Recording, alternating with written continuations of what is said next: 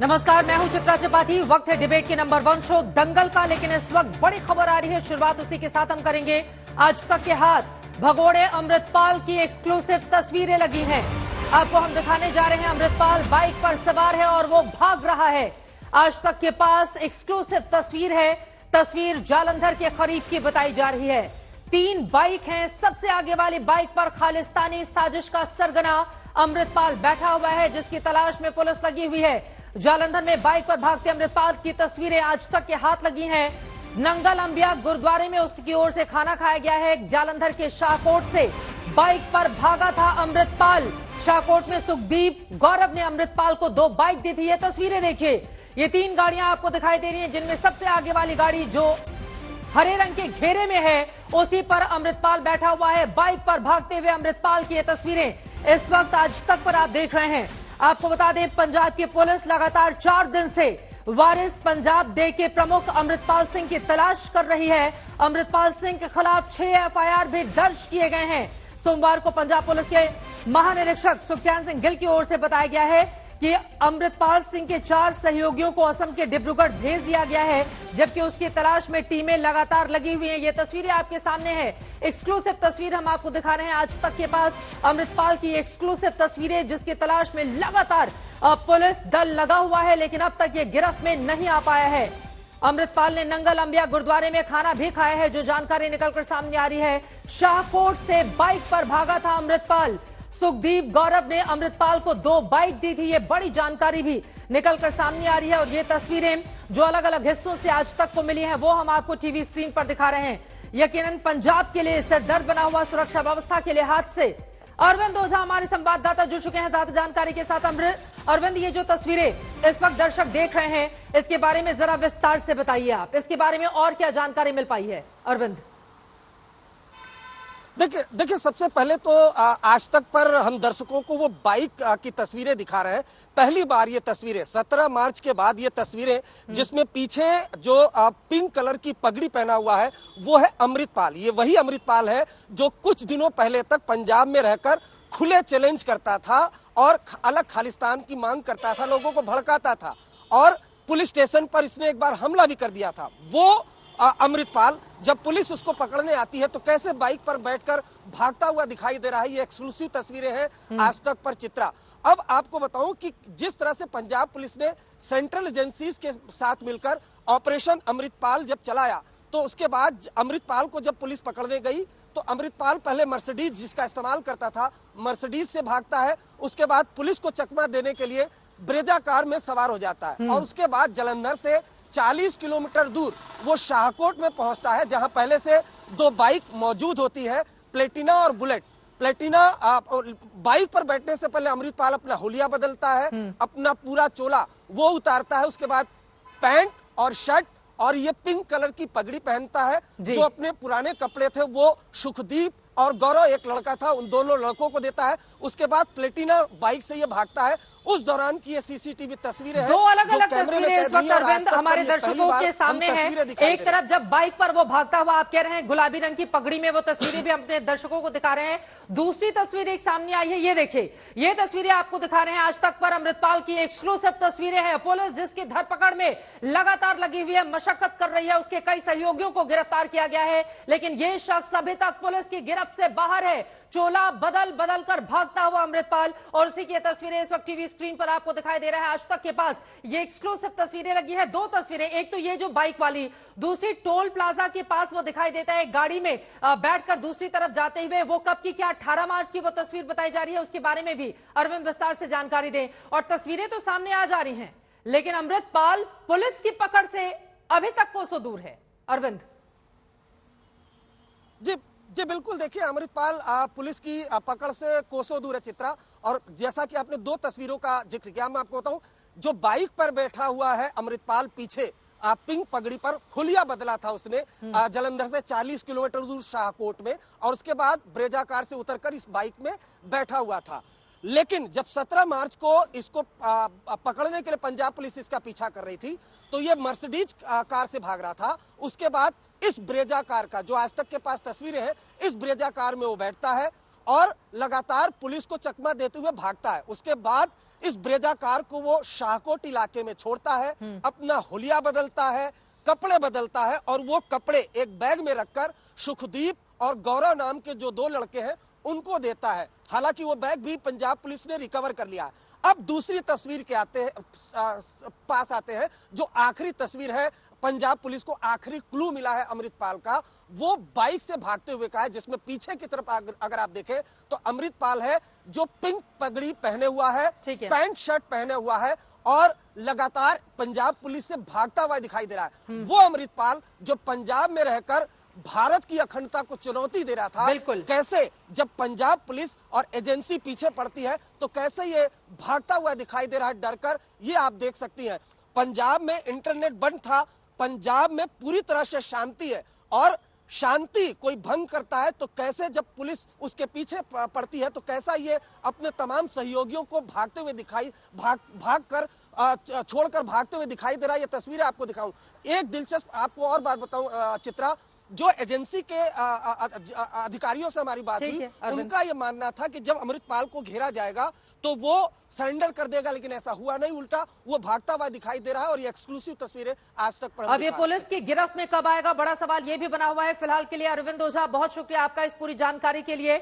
आज तक पर अमृतपाल की एक्सक्लूसिव तस्वीरें जो इस वक्त टीवी स्क्रीन पर आप देख रहे हैं, बार बार अपना चोला, अपना हुलिया बदलता हुआ ये शख्स दिखाई दे रहा है। पुलिस को चकमा देने की उसकी कोशिश, लेकिन लगातार एजेंसियां लगी हुई हैं ताकि जल्द से जल्द हिंदुस्तान के खिलाफ लगातार जिस तरह की स्थिति इसने पैदा करके रखी हुई पंजाब और उसके आसपास के इलाकों में, इसकी धरपकड़ की कार्रवाई तेज है, लेकिन अभी तक पुलिस की पकड़ से यह कोसों दूर है। जैसे ही इस बाबत और जानकारी मिलेगी आज तक आप तक पहुंचाएगा। और अब आगे बढ़ते हुए बात दंगल में आज के मुद्दे की कर लेते हैं। दिल्ली सरकार का बजट आम आदमी पार्टी और केंद्र सरकार के बीच नए सियासी दंगल की वजह बन गया है, कारण बन चुका है। गृह मंत्रालय ने आज दिल्ली के बजट को मंजूरी दे दी, जिसके बाद कल दिल्ली का बजट पेश किया जाएगा। कल अरविंद केजरीवाल ने केंद्र सरकार पर दिल्ली के बजट को रोकने का आरोप लगाते हुए प्रधानमंत्री नरेंद्र मोदी को चिट्ठी लिखी थी बीते दिन। वहीं अब से थोड़ी देर पहले दिल्ली विधानसभा में मुख्यमंत्री अरविंद केजरीवाल ने कहा कि केंद्र ने अहंकार की वजह से ऐसा किया है। अरविंद केजरीवाल ने प्रधानमंत्री का नाम लेते हुए कहा कि अगर आप इस तरह से दिल्ली वालों की फाइल रोकेंगे तो दिल्ली में इस जन्म में तो नहीं जीत पाएंगे। अगर दिल्ली का दिल जीतना है तो आम आदमी पार्टी से लंबी लकीर खींचनी होगी, आपकी सरकार से बेहतर स्कूल बनाने होंगे। केजरीवाल के इन आरोपों को उपराज्यपाल के दफ्तर ने झूठा करार देते हुए उन पर भ्रम फैलाने का आरोप लगाया है। सूत्रों के मुताबिक गृह मंत्रालय ने दिल्ली सरकार से विज्ञापन का बजट दोगुना करने को लेकर सवाल पूछा था। दंगल में आज का सवाल है, क्या सरकारी विज्ञापन पर दिल्ली सरकार के बजट को लेकर केंद्र से सियासी टकराव सही है? क्या जिस तरह की स्थिति राजधानी दिल्ली में बनी हुई है उससे दिल्ली का जो आम आदमी है वो क्या पिसता हुआ नजर आ रहा है? कई ऐसे सवाल हैं जिसको लेकर दंगल में बड़ी चर्चा करने वाले हैं, लेकिन उसके पहले यह रिपोर्ट देखिए। मैं कंसर्न नहीं दे रहा हूं मैं कंसर्न, ये मेरी मर्जी है, मेरी तानाशाही है, ये मेरी तानाशाही, मैं नहीं दे रहा हूं कंसर्न। अध्यक्ष जी आपको पढ़ के सुना दिया, फिर आप बदतमीजी से। मैं विजेंद्र जी, मैंने सब कुछ देख लिया, मैं अभी बात करूंगा इस पर। मैंने आपने कहा था ना इस पर रूलिंग दीजिए, मैं अभी वित्त मंत्री जी को बोलने दीजिए, उसके बाद बात करूंगा आपसे। पहले आप छोड़ दीजिए, मार्शल विजेंद्र को निकालिए बाहर, विजेंद्र जी को बाहर करिए। मैंने आपने नहीं, बिल्कुल नहीं। अब मैं अभी सुनाऊंगा इसको। मैं गलत कर रहा हूं, मैं मान रहा हूं मैं गलत कर रहा हूं, बिल्कुल। जिस दिल्ली विधानसभा में आज बजट पेश होना था वहां जबरदस्त हंगामा हो गया और स्पीकर ने बीजेपी विधायक विजेंद्र गुप्ता को सदन से बाहर कर दिया। केजरीवाल सरकार का आरोप है कि केंद्र सरकार ने दिल्ली के बजट को मंजूरी नहीं दी, जिसके खिलाफ बजट सत्र में आम आदमी पार्टी के विधायकों ने जबरदस्त हंगामा किया। बंद करो। पहली बार ये परंपरा जो है इसको तोड़ा गया। उन्होंने ऑब्जेक्शन लगा के भेजे, ऑब्जर्वेशंस लगा के भेजे, वही अपने आप में असंवैधानिक था। सोमवार को 20 तारीख को 21 को बजट प्रेजेंट होना था। 20 तारीख को दिन में 2 बजे मंत्री को बताया जाता है जी एमएचए से कुछ ऑब्जेक्शंस आए हैं। जो मांगा उन्होंने जवाब दे दिए, आज वापस आ गया, बजट अप्रूव हो गया। अहंकारी है, क्या मिल गया? एक मिनट, एक मिनट सर, एक मिनट। आप ही की जिंदाबाद है सर, पूरी आप ही हो बस, और तो बाकी तो हम तो ऐसे ही हैं। क्या मिला इससे? दिल्ली सरकार ने बजट पेश करने के लिए आज की तारीख तय की थी, लेकिन मंगलवार को दिल्ली के मुख्यमंत्री ने ट्वीट कर आरोप लगाया कि बजट पर केंद्र ने रोक लगा दी। अरविंद केजरीवाल ने अपने ट्वीट में लिखा कि सीधे सीधे गुंडागर्दी चल रही है, लेकिन बीजेपी ने इन आरोपों को खारिज करते हुए कहा कि दिल्ली सरकार ने बजट तैयार ही नहीं किया था। अगर केंद्र सरकार के पास बजट भेजा गया, केंद्र सरकार को उसमें आपत्ति करने का कोई अधिकार नहीं है। ये provision he unconstitutional, it is against the basic structure of democracy and basic structure of the constitution of India कि किसी राज्य का बजट केंद्र सरकार को भेजा जा रहा है, पर चला आ रहा है कई सालों से। जिस दिन इसको सुप्रीम कोर्ट के अंदर चैलेंज किया गया, ये 2 मिनट ये प्रोविजन नहीं टिकने वाला, कई सालों से चली आ रही थी, हम भी उस परंपरा को फॉलो कर रहे थे। आज तक दिल्ली के इतिहास में कभी केंद्र सरकार ने कोई ऑब्जेक्शन या ऑब्जर्वेशन नहीं किया। केजरीवाल जी के पास बजट रेडी नहीं है, उन्होंने उस पर काम नहीं किया और अब वो दोष दूसरों को दे रहे हैं। मुझे लगता है कि बहुत ही चिंता की बात है और दिल्ली सही हाथों में नहीं है। इससे पहले मुख्यमंत्री अरविंद केजरीवाल ने चिट्ठी लिखकर कहा कि देश के 75 साल के इतिहास में पहली बार किसी राज्य का बजट रोका गया। आप हम दिल्ली वालों से क्यों नाराज हैं? कृपया दिल्ली का बजट मत रोकिए। दिल्ली वाले आपसे हाथ जोड़कर प्रार्थना कर रहे हैं, हमारा बजट पास कर दीजिए। केजरीवाल के इन आरोपों को उपराज्यपाल के दफ्तर ने झूठा करार दिया और कहा कि दिल्ली सरकार ने नोट्स के जवाब नहीं दिए थे। वहीं गृह मंत्रालय ने दिल्ली के बजट को मंजूरी देते हुए कहा कि 17 मार्च को बजट को लेकर हमने दिल्ली सरकार को कुछ सवाल भेजे थे, जिसके जवाब मिलने के बाद बजट को मंजूरी दे दी गई। हम लड़ना नहीं चाहते, हम यहाँ लड़ने नहीं आए, हम काम करने आए हैं। अहंकारी है, क्या मिल गया? एक मिनट सर, एक मिनट। आप ही की जिंदाबाद है सर, पूरी आप ही हो बस, और तो बाकी तो हम तो ऐसे ही हैं। क्या मिला इससे? यही मिला जो ये भी कह रहे हैं, जिंदाबाद। बस ये राजनीति है, अहंकार है।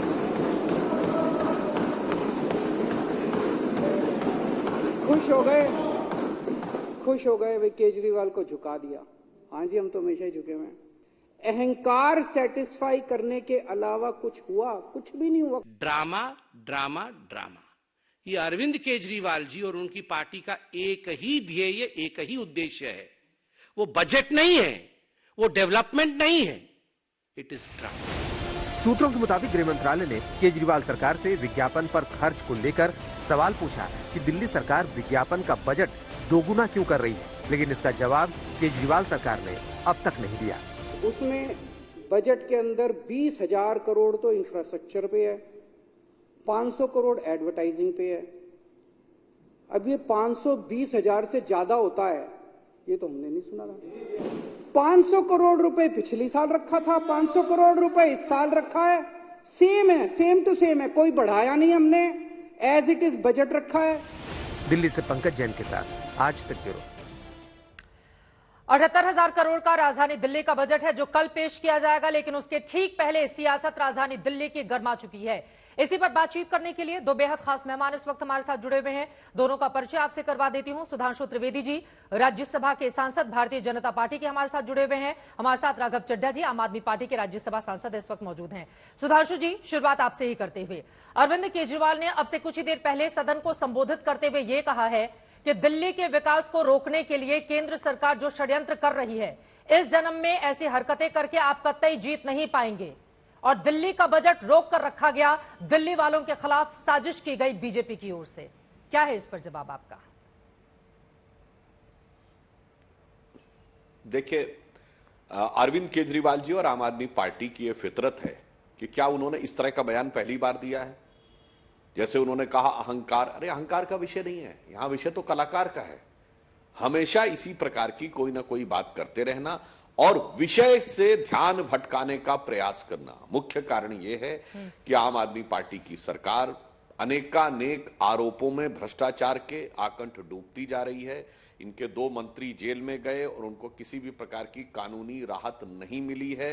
इस कारण से उन्हें लग रहा है कि अब आगे उनके लिए अनेक प्रकार की चुनौतियां हैं। इसी कारण से इस विषय के ऊपर वो व्यर्थ का विवाद बनाकर रखना चाहते हैं। और वैसे अगर बहुत टेक्निकल बात करें तो भाई समाचार में तो, मीडिया में तो इस ढंग की खबर आई कि इनके वित्त मंत्री ने पहले ही बोल दिया कि कैपिटल एक्सपेंडिचर इतना है और इतना विज्ञापन के ऊपर है। अरे बजट के फ्लोर ऑफ द हाउस पे आने से पहले क्या कोई वित्त मंत्री बजट के अंदर का कोई डिटेल बोल सकता है क्या? मेरे विचार से तो यह घनघोर असंवैधानिक विषय है। परंतु आम आदमी पार्टी की शुरू से एक फितरत रही है, हर असंवैधानिकता को नैतिकता दिखाने का प्रयास करो और हर अपनी कमी के लिए नाटकीयता दिखाने का प्रयास करो। अब याद करिए, ये वही पार्टी है ना जिसके 62 एमएलए हैं, 90% का बहुमत है जी। फिर इन्होंने प्रस्ताव पारित किया कि हमारे एमएलए टूटेंगे नहीं और हमारे खरीदे जा रहे हैं वगैरह वगैरह, अपने आप विश्वास प्रस्ताव पारित करवाया। तो आप सोचिए अगर इनकी आधी पार्टी टूट जाए, चूंकि अब दल बदल विधेयक के अनुसार तो 2/3 टूट सकते हैं, यानी ये मान रहे हैं क्या कि इनके 62 में से 42 टूट जाएं। ऐसी हास्यास्पद स्थिति मेरे विचार से भारत के इतिहास में कभी नहीं हुआ होगा। जिसके पास सदन में 90% का बहुमत हो, वो बगैर किसी आरोप के खामखा में अपनी तरफ से, मतलब विपक्ष ने नहीं कहा कि विश्वास मत लाइए, मैं विश्वास मत ला रहा हूं। विश्वास मत भी कई बार सरकारें अपने आप लाती हैं जो मार्जिन पे होती है। आज बजट के संदर्भ में भी उन्होंने यही करने का प्रयास किया और जिस प्रकार की जानकारियां आई हैं पब्लिक डोमेन में, उसके अनुसार 17 तारीख को आ गया था। इन्होंने रिप्लाई कल शाम को दिया, त्वरित गति के साथ एलजी ने उसको शाम को विद इन फ्यू मिनट, मतलब आधे पौन घंटे में अप्रूव करके भेज दिया। दोपहर होते होते गृह मंत्रालय से भी जवाब आ गया। अब इसके बाद भी इनके पास टेक्निकली कहने के लिए क्या है? कुछ भी नहीं है। इसीलिए इस प्रकार का, जिसे कहते हैं एक नाटकीय प्रस्तुतिकरण करके ध्यान को भटकाने का प्रयास, जो उनकी शैली के अनुरूप है। ठीक है, राघव चड्ढा जी वो कह रहे हैं कि उधर का अहंकार नहीं, इधर का कलाकार है और खुद को पीड़ित बताने की आम आदमी पार्टी की आदत पड़ चुकी है। इस पूरे मामले में अब आपके पास कोई जवाब नहीं है, बजट तैयार नहीं था, उल्टा आरोप बीजेपी पर लगाए जा रहे हैं। आजाद भारत के 75 साल के लोकतांत्रिक इतिहास में पहली बार ऐसा हुआ है कि एक चुनी हुई, लोकतांत्रिक ढंग से चुनी हुई सरकार को बजट पेश करने से रोका गया हो। पहले तो मैं आपको यह बता दूं कि उपराज्यपाल हो या केंद्रीय गृह मंत्रालय हो, इनके पास कोई अधिकार नहीं है हमारे बजट पर कोई ऑब्जर्वेशन देने का या उस पर कोई ऑब्जेक्शन लगाने का। सारे कानूनों को और भारत के संविधान को ताक पे रखते हुए इन्होंने हमारे बजट पर आपत्तियां दर्ज कराई, ऑब्जर्वेशंस दी और उसे रोकने का प्रयास किया, जो आज तक नहीं हुआ। उसके बाद जब हमने जवाब दिया, हमने बताया कि आपने कहा कि यह आंकड़ा गलत है, इतना आवंटित नहीं होना चाहिए था, इतना हुआ, हमने उसका जवाब दे दिया। एक और लाइन आइटम पे सवाल खड़ा किया, हमने उसका जवाब दे दिया। जितने सवाल पूछे उतने जवाब दे दिए, जितने ऑब्जेक्शन रेज करे उन सबके जवाब दे दिए, फिर वही बजट पास कर दिया। तो फिर रोका क्यों था? रोकने का क्या मकसद था? आज तक तो कभी रोका नहीं गया। अब 3-4 टेक्निकल चीजें समझ लीजिए। बीजेपी कहती है, बीजेपी की सरकार कहती है कि इन्होंने प्रचार पे, प्रसार पे, पब्लिसिटी अवेयरनेस पे बहुत बड़ा खर्च आवंटित कर दिया, इसलिए हमने इनका बजट रोक दिया। मैं आपको बताना चाहूंगा चित्रा जी, और मैं तो कानून का जानकार हूं, पेशे से चार्टर्ड अकाउंटेंट हूं, आंकड़े, लाइन आइटम, बजट सब समझता हूं। जितना पैसा हम इस नए बजट में प्रचार, प्रसार और पब्लिसिटी अवेयरनेस के लिए आवंटित करने जा रहे हैं, उतना ही पैसा हमने पिछले वित्तीय वर्ष में आवंटित किया था, उतना ही पैसा उससे पिछले वित्तीय वर्ष में आवंटित किया था, उतना ही पैसा उससे भी पिछले वित्तीय वर्ष में आवंटित किया था। वो सारे बजट तो पास कर दिए। इस बार क्या हो गया? क्योंकि इस बार हम राष्ट्रीय पार्टी बन गए इसलिए रोका जा रहा है? क्या इस बार हमारी 2 राज्यों में सरकार बन गई, पंजाब और दिल्ली, इसलिए रोका जा रहा है? क्या अरविंद केजरीवाल जी के बढ़ती लोकप्रियता आज आप लोगों को इतना सता रही है कि आप आम आदमी पार्टी की चुनी हुई सरकार का बजट रोक देंगे? और बजट रोकने से लाभ किसको है? अगर ये बजट पास हो जाता निर्धारित समय पर, निर्धारित तारीख पर, एक पूरी प्रक्रिया के अनुसार ये बजट अगर आज पास हो जाता, सब पूरी दिल्ली की जनता आज इंतजार कर रही थी कि बजट पेश होगा, पास होगा, तो इससे कोई अरविंद केजरीवाल जी या उनके परिवार को कोई निजी लाभ तो होता नहीं, या राघव चड्ढा और उसके परिवार को कोई लाभ हो जाता। लाभ तो 2 करोड़ आबादी जो दिल्ली की है उसको लाभ होता। आज तक कभी इतिहास में ये नहीं हुआ। दूसरी चीज सुन लीजिए, आज अगर ये बजट पास हो जाता तो सारे डॉक्टरों को पैसे टाइम पे मिलते, नर्सों की पगार सही समय मिलती, सफाई कर्मचारी के हाथ पैसा पहुंचता, दवा, दवाई, इलाज का खर्चा होता, तमाम तरीके के इंफ्रास्ट्रक्चर प्रोजेक्ट्स होते हैं उस पे पैसा खर्च होता, पार्टी के किसी नेता की जेब में तो ये पैसा जाता नहीं है, आपने क्यों रोका? दूसरी चीज मैं आपसे पूछना चाहूंगा, जब आपका मकसद इस बजट को रोकना नहीं था, अंत में आपने पास कर दिया, आपको हरी झंडी दिखानी पड़ी क्योंकि भारत का संविधान से आप प्रतिबद्ध हैं हमें हरी झंडी दिखाने के लिए, तो फिर आपने रोका क्यों? क्या सिर्फ सियासत आपका मकसद है? सिर्फ राजनीति आपका मकसद है? क्या बस यही मकसद है कि केजरीवाल से हाथ जोड़कर दंडवत करवाओ, उनसे उनका सर झुकवाओ?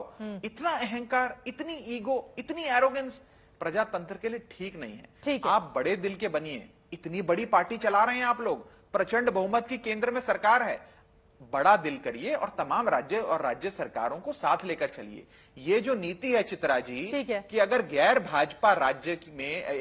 भाजपा पार्टी की राज्य में सरकार बन जाए तो सरकार को ना चलने दो। पंजाब में भी यही हुआ था चित्रा जी। पंजाब में हमने गवर्नर से बजट सत्र बुलाने की अनुमति के लिए उनको पत्र लिखा, बकायदा पंजाब कैबिनेट ने रेजोल्यूशन पास कर दिया, गवर्नर ने अनुमति देने से मना कर दिया। आज तक कभी भारत के इतिहास में ऐसा नहीं हुआ कि बजट सत्र बुलाने की अनुमति ना दे गवर्नर। गवर्नर की कोई हस्तक्षेप की शक्ति, अधिकार नहीं है। हमें सुप्रीम कोर्ट का दरवाजा खटखटाना पड़ा, सुप्रीम कोर्ट से पंजाब के गवर्नर को लतार पड़ी, उसके बाद इन लोगों ने हमें पंजाब में बजट सत्र बुलाने की अनुमति। सुधांशु जी एक एक करके, मैं सुधांशु जी से पूछना चाहता हूं, एक एक करके उनके सवालों का जवाब दीजिए। क्या मकसद था? सिर्फ हमें झुकाना मकसद था? बजट रोककर क्यों रखा आप लोगों ने? और यकीनन इससे तो दिल्ली की जनता का ही नुकसान है। और फिर वो कह रहे हैं अरविंद केजरीवाल की लोकप्रियता इतनी तेजी से बढ़ रही है जिससे बीजेपी डर गई है, इसीलिए परेशान कर रही है आपकी सरकार को। देखिए, सारी बातों का उत्तर देता हूं। पहली बात, इन्होंने ये कहा कि बजट रोका। अरे रोका तो होता है कि रोक दिया। केवल 2 प्रश्न पूछ लेने को रोका कहना, यह कितना प्रकार का दुष्प्रचार है, यह कोई भी व्यक्ति आसानी से समझ सकता है। अगर 17 तारीख को 2 प्रश्न पूछे गए थे, यही जवाब 17 को दिया जा सकता था। 3 दिन तक क्यों आपने उस फाइल को अपने पास रखा? यदि आपके पास, जैसे इन्होंने कहा, राघव चड्ढा जी अकाउंटेंसी के अच्छे एक्सपर्ट हैं, तुरंत जवाब दिया सकता था। अगर एलजी ने आधे घंटे में फाइल क्लियर कर दी, 1-1.5 घंटे के अंदर गृह मंत्रालय से क्लियर होके आ गई, तो घंटे भर के अंदर दिल्ली सरकार से भी जवाब जा सकता था। 3 दिन तक सवाल पूछ लो तो सब रोक दिया गया। इसे अहंकार कहते हैं। और जहां तक संवैधानिकता का जो ज्ञान देने का प्रयास आम आदमी पार्टी करे, तो मैं याद दिलाना चाहता हूं, क्या केंद्रीय पार्लियामेंट से पारित किसी भी एक्ट को किसी राज्य की विधानसभा उसके खिलाफ एक्ट पास कर सकती है? नहीं, मगर आपने किया किसान आंदोलन में। यह बताइए, सीए एनआरसी का विषय पार्लियामेंट से पास है और राज्य विधानसभा उसके खिलाफ प्रस्ताव पारित कर रही, या संवैधानिक है या नहीं? तीसरा विषय, नागरिकता का विषय और किसी विदेशी नागरिक को नागरिकता देने का विषय राज्य के कहीं दूर दूर तक अधिकार में नहीं है। दिल्ली तो चलिए पूर्ण राज्य नहीं है, पूर्ण राज्य का भी अधिकार नहीं है। इसके बावजूद यह प्रस्ताव पारित करते विधानसभाओं में। अब बताइए कितना बड़ा माखौल उड़ाते हैं, असंवैधानिक कार्य स्वयं करते हैं और फिर आकर यहां पर संविधान की दुहाई देने का प्रयास करते हैं। अब यदि इसी विषय के ऊपर देखें, अब कितना सत्य बोलते हैं, कितना असत्य, उसका प्रमाण देख लीजिए। ये वही सरकार है जिसने आकर, जब सेकेंड वेव चरम पे थी, कितने पर डे प्रेस कॉन्फ्रेंस करते थे केजरीवाल जी, ऑक्सीजन की कमी है, ऑक्सीजन की कमी है और इतना चाहिए, इतने लोग डेथ हो गई। अगर हम पूछे इनसे, अपने अस्पतालों का डिक्टेट बता दें कितने लोगों की ऑक्सीजन की कमी से मृत्यु हुई। अब तो बात 2 साल पुरानी हो गई, दिखा दे। कोई डाटा ही नहीं दिया। जब केंद्र सरकार ने पूछा तो इनकी क्या किसी राज्य सरकार ने कोई डाटा नहीं दिया, मगर सबसे ज्यादा आके टीवी पर ये बोले थे। अगर इनसे पूछा जाएगा तो इनके पास कोई डाटा नहीं था। इसे कहते हैं प्रचार पे ध्यान देना। और उस दौर में प्रचार तो एक अलग चीज है, जब उस समय देश इतने खतरनाक दौर में जा रहा है, उस समय आप लोगों की भावनाएं भड़काकर उनके अंदर घबराहट और पैदा करने का प्रयास करते हैं। उल्टा याद करिए कि उसी समय कोविड के दौर की ही बात याद दिला रहा हूं, बुलाया गया था, मेयर्स कॉन्फ्रेंस थी सिंगापुर में, और ये मुख्यमंत्री थे। इनका आवेदन इसलिए रिजेक्ट हो गया कि भाई वहां महापौर की कॉन्फ्रेंस है, उसमें मुख्यमंत्री नहीं जा सकता। जी हमारा रिजेक्ट कर दिया, हमारा रिजेक्ट कर दिया। और जब वो बात सामने आ गई तो कहते सिंगापुर से आपको प्रेम है और आपने बच्चों का वैक्सीन विदेश भेज दिया, जबकि अप्रैल 2021 तक बच्चों का वैक्सीन भारत में क्या पूरी दुनिया में नहीं बना था। तो दोनों बातों का मैंने उत्तर दिया कि संवैधानिक आधार के ऊपर इनके 4 आचरण गिना दिए और कितना सच और कितना झूठ बोलते हैं उसमें 4 आचरण गिना दिए। वही इस विषय में भी दिखाई। राघव जी, सवाल तो महत्वपूर्ण है ना, 3 दिनों तक अगर दिल्ली सरकार पर रोक कर रखेगी। उन्होंने कहा कि जैसे एलजी ने तुरंत दस्तखत करके दे दिए थे और कुछ क्वेश्चन लगा दिए थे, नोट्स पूछ लिए थे, वैसे ही रिप्लाई आप लोगों की ओर से कर दिया जाता। उसको होल्ड करके दिल्ली की आम आदमी पार्टी की सरकार ने क्यों रखा? इतना टाइम क्यों लग गया आप लोगों को जवाब देने में? और जब उधर से जवाब देरी से आएगा तो यकीनन बजट लटकेगा। मेरे राज्यसभा में मेरे साथी सुधांशु जी एक बहुत ही चालाक प्रवक्ता हैं। उन्होंने दिल्ली के बजट पे बात नहीं करी। इन्होंने क्यों फाइल रोकी, क्यों बजट को रोकने का प्रयास किया, दिल्ली वालों के लिए कल्याणकारी बजट पे क्यों रोक लगाई, उस पर जवाब नहीं दिया। ये सीए एनआरसी पे चले गए, ये सिंगापुर की मेयर कॉन्फ्रेंस पे चले गए और कोविड-19 पे और ऑक्सीजन पे चले गए। मैं विषय से नहीं भटकूंगा, आपका व्यूअर भी चाहता है कि विषय पे चर्चा हो, विषय पे रहूंगा। आपने अच्छा सवाल पूछा कि 3 दिन तक क्या हुआ। दिल्ली के अंदर जो मुख्य सचिव हैं, मुख्य सचिव केंद्र सरकार नियुक्त करती है एक नीति के तहत, जो अभी सुप्रीम कोर्ट में जो मामला निलंबित है। मुख्य सचिव वही शख्स हैं जो रोज एफआईआर कराते हैं आम आदमी पार्टी के मंत्रियों के खिलाफ, मनीष सिसोदिया के खिलाफ, सत्येंद्र जैन के खिलाफ, अरविंद केजरीवाल के खिलाफ। मुख्य सचिव वही शख्स हैं जो सीबीआई ईडी में रोज पत्र लिखते हैं हमारी सरकार के खिलाफ, क्योंकि वो बीजेपी के आदमी हैं। अब केंद्र सरकार को पिछले 11 दिन से हमारे बजट के बारे में पता था। 11 दिन पहले हमने केंद्र सरकार को बजट दे दिया था। हाँ। 11 दिन तक केंद्र सरकार सोती रही। बजट से 1-2 दिन पहले उन्होंने मुख्य सचिव को यह बजट भेज दिया।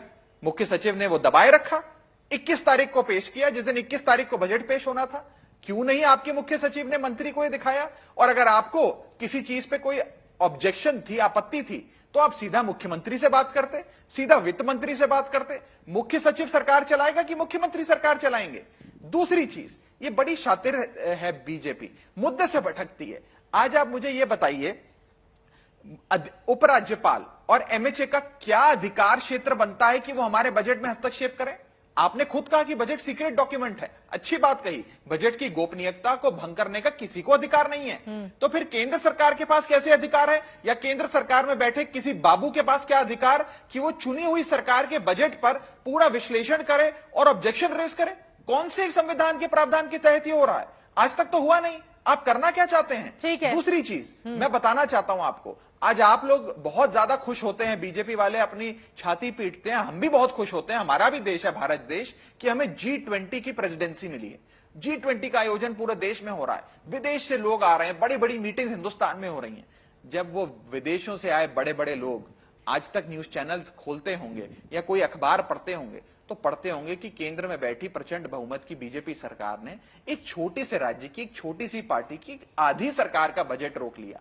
क्यों रोक लिया? क्योंकि राजनीति करनी है। क्यों रोक लिया? क्योंकि अहंकार है, ईगो है। सोचिए भारत देश की क्या छवि बनती होगी इस G20 के आयोजित वर्ष में इन विदेशी के लोगों के आंखों में। क्या हमारी छवि, हम क्या छवि छोड़ना चाहते हैं? दूसरी बिंदु हमारी सुन लीजिए, संविधान बड़ा साफ है, चुनी हुई सरकार के पास अधिकार है बजट प्रस्तुत करने का, आपके हस्तक्षेप का कोई प्रावधान नहीं है। अगर आज बाबा साहब अंबेडकर जिंदा होते तो फूट फूट कर रोते कि केंद्र में बैठी सरकार ने संविधान को तार तार करने का काम किया, संविधान को बर्बाद करने का काम किया।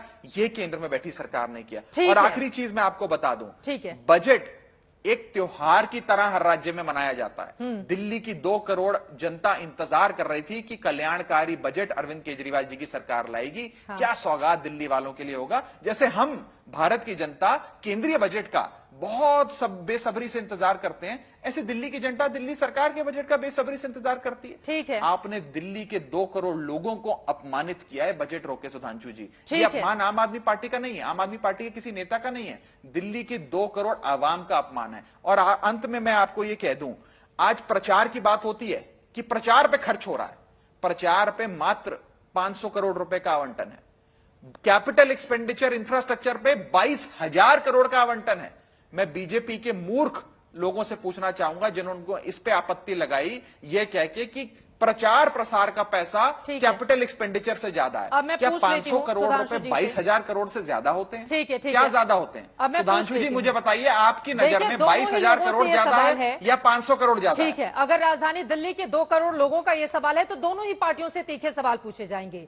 एक वो कि बजट क्यों इस तरह से होल्ड करके रखा, और अगर 78,000 करोड़ का बजट है, 550 करोड़ रुपए विज्ञापन पर खर्च किए जा रहे हैं, तो उस तरह से सवालों की लंबी फहरिस्त क्यों? तो वहीं आम आदमी पार्टी से भी ये सवाल पूछे जाएंगे कि आज तो आपके पास पूरा दिन था, आज बजट पेश कर लेते। आज आप प्रधानमंत्री पर भाषण देने के लिए तो सदन में आ गए, लेकिन बजट पेश करने के लिए कल तक का दिल्ली वालों को इंतजार करना पड़ेगा। तो थोड़ा इस दायरे को आगे बढ़ाते हैं, आरोप प्रत्यारोप से उतर जाते हैं। चित्रा जी, वो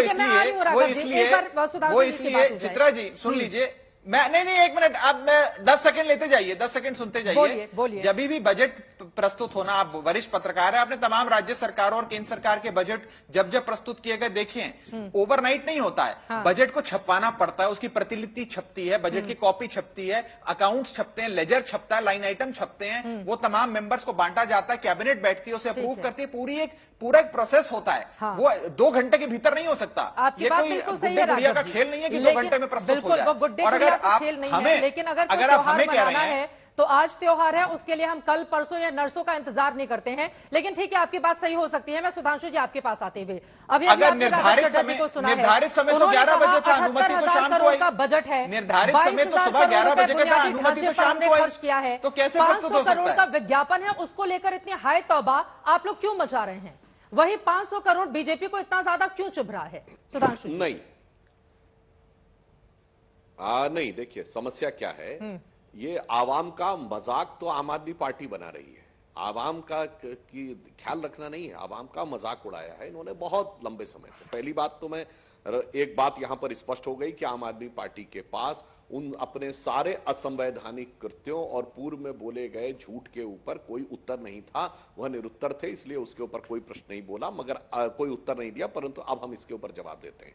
देखिए, आपने सबसे पहले यह कहा, तो बात विषय यह था कि कैपिटल एक्सपेंडिचर पिछले साल से थोड़ा कम हुआ और जितना खर्चा विज्ञापन पे किया था उससे डबल का आवंटन हुआ। विषय ये नहीं था कि विज्ञापन ज्यादा कैपिटल एक्सपेंडिचर कम। ये तो एक हास्यास्पद बात है कि आप मजाक में करना चाहें। कोई ये नहीं कह सकता कि कैपिटल एक्सपेंडिचर से विज्ञापन ज्यादा होगा। कैपिटल एक्सपेंडिचर में कमी प्रतिशत की दृष्टि से, वो भी आप संख्या में नहीं कहेंगे, कैपिटल एक्सपेंडिचर तो बहुत होता है, और विज्ञापन में बढ़ोतरी यह दर्शाता है कि मूलभूत आधारभूत कामों को करने से अधिक रुचि प्रचार प्रसार करने में है। इसीलिए मैंने यह बात कही थी कि जिस बात का आप बार बार प्रचार करते थे कि ऑक्सीजन की कमी से ये हुआ, जिसके लिए बाद में आपने एक भी व्यक्ति का सत्यापित प्रमाण पत्र नहीं दिया कि ऑक्सीजन की कमी से डेथ हुई है, इस बात के लिए प्रमाणित था कि आप क्या करने का प्रयास कर रहे थे। अब इसीलिए हम आपसे यह कहना चाहते हैं कि आज की स्थिति में आपने जो कहा ठीक है, मैंने मान लिया, पर यह बताइए, हमने तो रात तक विधानसभा को चलते देखा है। जब केंद्र सरकार के विधेयक के विरुद्ध विधेयक पारित करना था तो दिल्ली की विधानसभा तो लेट नाइट तक चली थी। मगर वही लोग जो कह रहे हैं कि बजट को आने में इतना विलंब हो रहा था, दिल्ली जो इतनी आधुनिकतम सुविधाओं से सुसज्जित क्षेत्र है भारत का, वहां पे ये कह रहे हैं कि 2 से 3 घंटे के अंदर, और इतनी बड़ी विधानसभा नहीं है कोई संसद की तरह 750 लोग देना है, 70 लोगों को बांटने के लिए आप बजट की प्रिंटिंग नहीं करवा सकते थे। उसके लिए 24 घंटे का समय, थोड़ा सा चले कोई बात नहीं, व्यवहारिक समस्या हो सकती है, हम उस पर नहीं जाना चाहते, परंतु हम तो सिर्फ यह कहना चाहते हैं कि आपकी जो प्रवृत्ति है वो पूरी की पूरी यहां पर दिखाई पड़ती है कि विज्ञापन के ऊपर अधिक जोर और आधारभूत संरचनाओं पे कम जोर। अब इससे पूर्व भी अगर आप देखें, आपने मोहल्ला क्लिनिक और ये सारी बातें कही, ये सारी की सारी बातें कही, एक हाई लेवल का हॉस्पिटल भी तो पिछले 8 वर्ष में बनना चाहिए था। गंगा को क्लीन कर देंगे, जमुना को क्लीन कर देंगे, वो वाली बात भी उधर की उधर ही हो गई थी। इसीलिए आपकी जो टेंडेंसी है उससे लगता है कि आप बार बार इन सारी जवाब देना केवल एक नाटकीय आवरण बनाकर रखना चाहते हैं, यथार्थ की बात का जवाब नहीं देना चाहते। इसीलिए यह सवाल पूछा गया। आप देखिए, इनकी बात में उत्तर खुद बता दूं, 2 इनके ही वाक्यों से। एक तरफ इन्होंने पहले वाक्य में क्या बोला, चीफ सेक्रेटरी पर तो हमारा कंट्रोल नहीं है, वो तो केंद्र सरकार का व्यक्ति है। अंतिम वाक्य में क्या बोला, चुनी हुई सरकार का अधिकार है, केंद्र सरकार कैसे पूछ सकती। मेरे भाई, पहले तय कर लीजिए कि आपके हाथ में कितनी पावर है। जब आपको यह कहना हो कि ब्यूरोक्रेसी पे कंट्रोल केंद्र सरकार का है तो आप बन जाते, मैं तो पूर्ण राज्य हूं नहीं, क्योंकि मेरे हाथ में ताकत नहीं थी, इसलिए उनके हाथ में है। और जब आपको राजनीतिक नाटकीयता करनी हो तो अचानक आप चुनी हुई सरकार बन जाते हैं, जैसे कि पूर्ण राज्य में हो। वैसे पूर्ण राज्य में जहां चुनी हुई सरकार आई है, वहां कानून व्यवस्था की क्या हालत हुई है वो पूरा देश देख रहा है। ऐसा प्रतीत होता है जैसे बंदर के हाथ में उस्तरा आ गया हो, उस ढंग से पंजाब लहूलुहान हो रहा है। तो अब आपके पास बचाव का स्कोप नहीं है, आधी सरकार भी आपके पास है, पूरी सरकार भी आपके। राघव चड्ढा जी जवाब दीजिए। ठीक है, उन्होंने कई महत्वपूर्ण मुद्दों को लेकर आप पर सवाल उठाए हैं और ये तो जेन्युइन सवाल है, वो हालांकि इसको होल्ड कर गए, लेकिन रात तक विधानसभा चल जाती। कम से कम आप कह रहे हैं कि दिल्ली के लोगों में कुछ लोगों की सैलरी लुक गई, तो रात के 12 बजे के बाद कम से कम सबके पास मैसेजेस आ जाते, या सुबह सुबह 8 बजे के बाद। उसको कर पाने में कामयाबी तो नहीं मिली ना। अगर हम सिर्फ निशाना साधेंगे और इस तरह से बताते रहेंगे केंद्र ने ये नहीं दिया। राजधानी दिल्ली पूर्ण राज्य नहीं है, इस बात को समझना होगा राघव चड्ढा जी। और हर बात का ठीकरा क्या केंद्र सरकार पर फोड़ना सही है? राघव चड्ढा जी, ये तो कमाल के ही सवाल हैं चित्रा जी आपके, कि 11 दिन तक हमारे बजट की प्रतिलिपि पर केंद्र सरकार बैठी रही, अधिकार क्षेत्र के बाहर जाते हुए असंवैधानिक कार्य का परिचय देते हुए हमारे बजट पे उन्होंने रोक लगा दी। सवाल उनसे नहीं, सवाल हमसे किए जा रहे हैं कि अब रात को प्रस्तुत कर दें, आज रात को विधानसभा चला लें। सवाल आप हमसे पूछ रही हैं, सवाल तो सुधांशु जी से पूछा जाना चाहिए। खैर, मैं जवाब दे देता हूं। आज सुबह 11 बजे बजट प्रस्तुत होना था। भारतीय जनता पार्टी की सरकार ने हमारे बजट को रोक लिया। आज देर शाम उसकी अनुमति आई है। कल सुबह सुबह बजट प्रस्तुत करके बजट को पास कर देंगे। वित्तीय वर्ष की शुरुआत 1 अप्रैल 2023 से होगी। अरविंद केजरीवाल जी किसी की वेतन, किसी की सैलरी, किसी का खर्च, किसी प्रकार की कोई कल्याणकारी योजना को रोकने नहीं देंगे। बीजेपी के लोग जितने बाण चलाते हैं अरविंद केजरीवाल पे, अरविंद केजरीवाल वो सारे बाण अपनी छाती पे सहते हैं। एक भी बाण और लड़ाई की एक भी छींट अपने 2 करोड़ दिल्ली वालों पर नहीं पड़ने देते, आगे भी नहीं पड़ने देंगे, छाती पे सहेंगे। नंबर 2, आपने कुछ मुख्य सवाल पूछे, मैं एक एक करके सबका जवाब दे देता हूं। सुधांशु जी ने 2 मुख्य कारण बताए हमारा बजट रोकने का। पहला, उन्होंने कहा कि हमने प्रचार प्रसार में बहुत खर्चे में बढ़ोतरी कर दी। ये तो सरासर झूठ है, क्योंकि प्रचार प्रसार में तो जितना वित्तीय वर्ष इस वित्तीय वर्ष में आवंटित हमने किया उतना ही पिछले साल किया था, उससे पहले भी उतना ही किया था, उससे पहले भी इतना किया था। यहां तक कि जो महंगाई की दर होती है, इन्फ्लेशन इंडेक्स जिसे कहते हैं, उसके अनुरूप भी प्रचार प्रसार के पैसे को नहीं बढ़ाया जो बढ़ना चाहिए। जैसे आपकी पगार अगर 1 लाख रुपए महीना है तो हर साल 7% या 8% से आपकी पगार बढ़ती है, क्योंकि देश की महंगाई उस दर से बढ़ रही है। हमने तो उस दर से भी प्रचार प्रसार का पैसा नहीं बढ़ाया, एक फूटी कौड़ी नहीं बढ़ाई। जितना पुराने वित्तीय वर्षों में था उतना ही इसी वित्तीय वर्ष में। तो फिर भैया क्यों रोका आपने हमारा बजट? दूसरा, इन्होंने जवाब दिया कि हमने बजट इसलिए रोक दिया क्योंकि कैपिटल एक्सपेंडिचर आपने बहुत भारी तादाद में कम कर दिया, इंफ्रास्ट्रक्चर पे खर्चा बंद कर दिया। 78,000 करोड़ में से 22,000 करोड़ रुपए कैपिटल एक्सपेंडिचर है, जो अभी तक के ये तो 3 बार आप बता चुके हैं राघव चड्ढा जी। हाँ ठीक है, अब मेरा सवाल सर सुन लीजिए, इतिहास में सबसे ज्यादा ठीक है, लेकिन वही सवाल अब मैं फिर से आ जाती हूँ। राघव जी 1 सेकंड में आ जाती हूँ। 22,000 करोड़ रुपए आप 3 बार बता चुके हैं कि बुनियादी ढांचे पर खर्च किया जा रहा है। आपने बार बार इस बात पर आम आदमी पार्टी की सरकार ने जोर दिया, दिल्ली वालों का पैसा रोक लिया, सैलरी कैसे जाएगी, कल सैलरी देनी है, सैलरी कैसे जाएगी? सर, वित्त वर्ष की शुरुआत कब से हो रही है, आपने खुद ही जिक्र किया। तो बार बार इस बात को लेकर लोगों के सामने जाना कि जैसे आज ही पैसा देना था, सरकार की ओर से पैसा नहीं आया, इस वजह से पैसा जा नहीं सकता है। सर, ये दोनों ही चीजें तो नहीं चलेंगी ना राघव चड्ढा? मैं बता देता हूँ, मैं बता देता जी। आपने ही अपनी बात को खारिज किया। सारे सवाल हम ही से पूछिए, पाप तो हम ही करते हैं, बीजेपी। अरे मैं पूछ लूंगी, ज्यादा मौका आपको ही दे रहे हैं। बीजेपी को बुलाइए मत बहस में, सारे सवाल मुझे से करिए, मुझसे फिर 1-to-1 इंटरव्यू करिए ना चित्रा जी, फिर सुधांशु जी को क्यों बुलाया है? आप सारे दिक्कत सवाल पूछिए आप लोगों के साथ। कोई नहीं, मुझे आपके सवालों से कोई परहेज नहीं, मैं सीधा जवाब दूंगा। मैं सीधा जवाब दूंगा। आपने मुझसे सवाल पूछा कि भाई 1 अप्रैल से वित्तीय वर्ष शुरू हो रहा है, क्योंकि मैंने आपको ये बताया कि वित्तीय वर्ष तो 1 अप्रैल से शुरू हो रहा है। हाँ। तो वित्तीय वर्ष अगर 1 अप्रैल से शुरू हो रहा है तो उसका ये मतलब थोड़ी है कि 31 मार्च को रात को 12 बजे बजट पास होगा। बजट तो पहले पास होगा, उसकी जो हमारा FCI होता है, जो consolidated fund of the state होता है, उसमें बजट की कॉपी जाती है, उस पूरी एक प्रक्रिया का पालन होता है। फिर मैं वही कहूंगा, कोई गुड्डे गुड़िया का खेल नहीं है कि 31 मार्च रात 11 बजे आपने बजट पास किया और 1 अप्रैल से आपको खर्चे का आवंटन हो गया। ऐसा नहीं होता, एक पूरा प्रोसेस होता है। और आज तक भारत के इतिहास में 1947 में देश आजाद हुआ, आज हम 2023 पे खड़े हैं।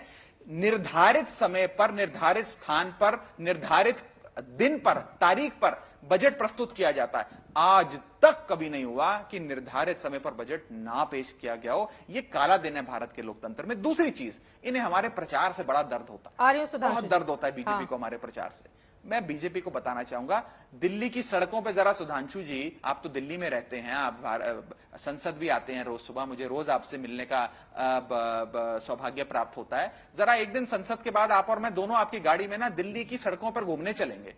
सिर्फ आपको उत्तर प्रदेश के बीजेपी के मुख्यमंत्री योगी आदित्यनाथ, या मध्य प्रदेश के बीजेपी के मुख्यमंत्री शिवराज सिंह चौहान या हरियाणा के बीजेपी के मुख्यमंत्री मनोहर लाल खट्टर की फोटो और होर्डिंग नजर आएगी, या प्रधानमंत्री जी, गृह मंत्री जी की, अरविंद केजरीवाल की फोटो नजर नहीं आएगी। सारा प्रचार प्रसार आप ही करते हैं। बताइए भाई, यूपी के मुख्यमंत्री दिल्ली में क्यों प्रचार कर रहे हैं? वो तो यूपी में है।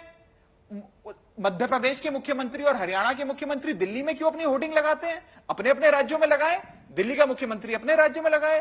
आप तो असंवैधानिक काम करो, करोड़ों रुपए विज्ञापन पे खर्चो। स्वच्छ भारत के लिए जितना फंड आवंटित किया था उसका 95% प्रचार प्रसार पे खर्च कर दिया। प्रधानमंत्री जी की फोटो लगा दी और तमाम सरकार का प्रचार किया। लेकिन अरविंद केजरीवाल जी अगर थोड़ा सा पैसा स्कूल, दवा, बिजली, इलाज, महामारी के किसी प्रकार के अवेयरनेस प्रोग्राम पे खर्च करना चाहें तो आपके पेट में दर्द होता है। आप करो तो रासलीला, हम करें तो कैरेक्टर ढीला।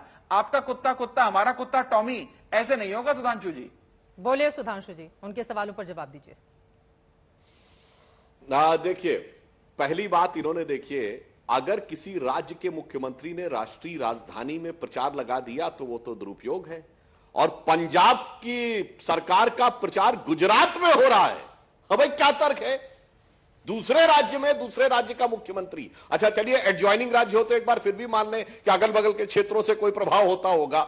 इतना दूर जाकर करने का प्रयास करना वो तो बिल्कुल नियमानुसार था। अभी आपने जो स्वयं बोला राघव जी, अपनी बात तो पुनः आपने कॉन्ट्रडिक्ट कर दिया। आपने पहले वाक्य में कहा हमारा बजट रोका जिसका अधिकार नहीं था।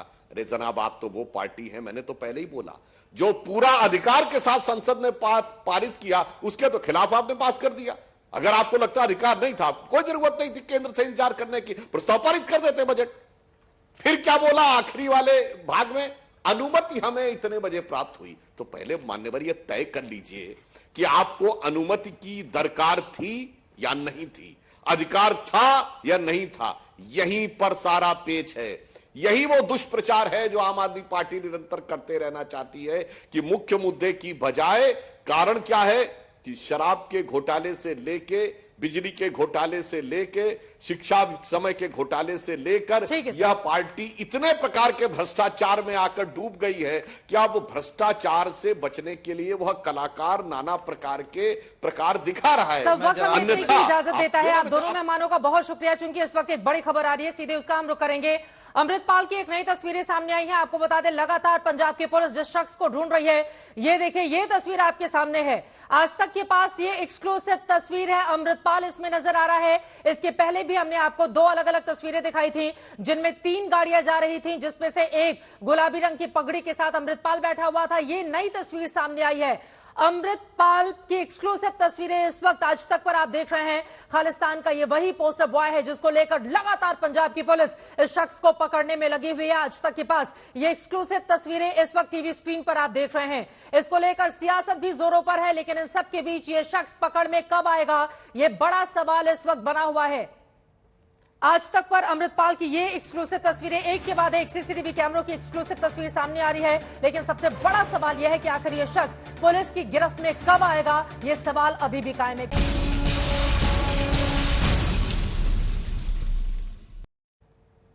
पैसा फेंको विज्ञापन देखो, दिल्ली से जुड़े हुए इस मसले को लेकर दंगल में हम चर्चा कर रहे थे, लेकिन इस वक्त एक तस्वीर सामने आई है जो आपको सबसे पहले दिखाते हैं। अमृतपाल की नई तस्वीर सामने आई है आज तक के पास।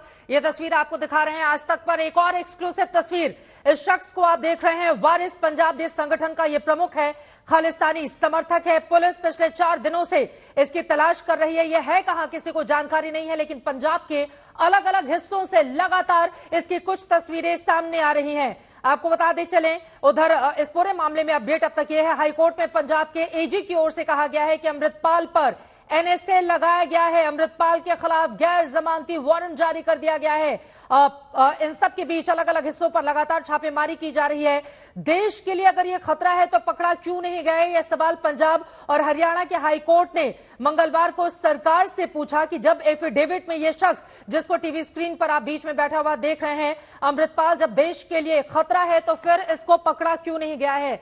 यही वो शख्स है जिसकी तलाश में लगातार पुलिस एजेंसियां लगी हुई हैं, लेकिन अब तक ये किसी के भी हत्थे नहीं चढ़ सका है। इससे जुड़ी हुई जैसे और जानकारी सामने आएगी आज तक आप तक पहुंचाएगा। और अब रुक कर लेते हैं दंगल में आज पूछे गए सवाल पर। आज दंगल का हमारा सवाल था, क्या सरकारी विज्ञापन पर दिल्ली के बजट को लेकर केंद्र से सियासी टकराव सही है? आपकी जो जवाब मिले हैं 48% लोगों का जवाब हाँ में है, 52% लोगों का जवाब नहीं में है। कल दिल्ली का बजट पेश किया जाएगा। बजट में अब आम आदमी के लिए, राजधानी दिल्ली वासियों के लिए क्या रहता है खास, इस पर रहेगी आज तक की नजर। इसी के साथ दंगल में अभी के लिए बस इतना ही। देश और दुनिया की तमाम खबरों के लिए आप देखते रहिए आज तक।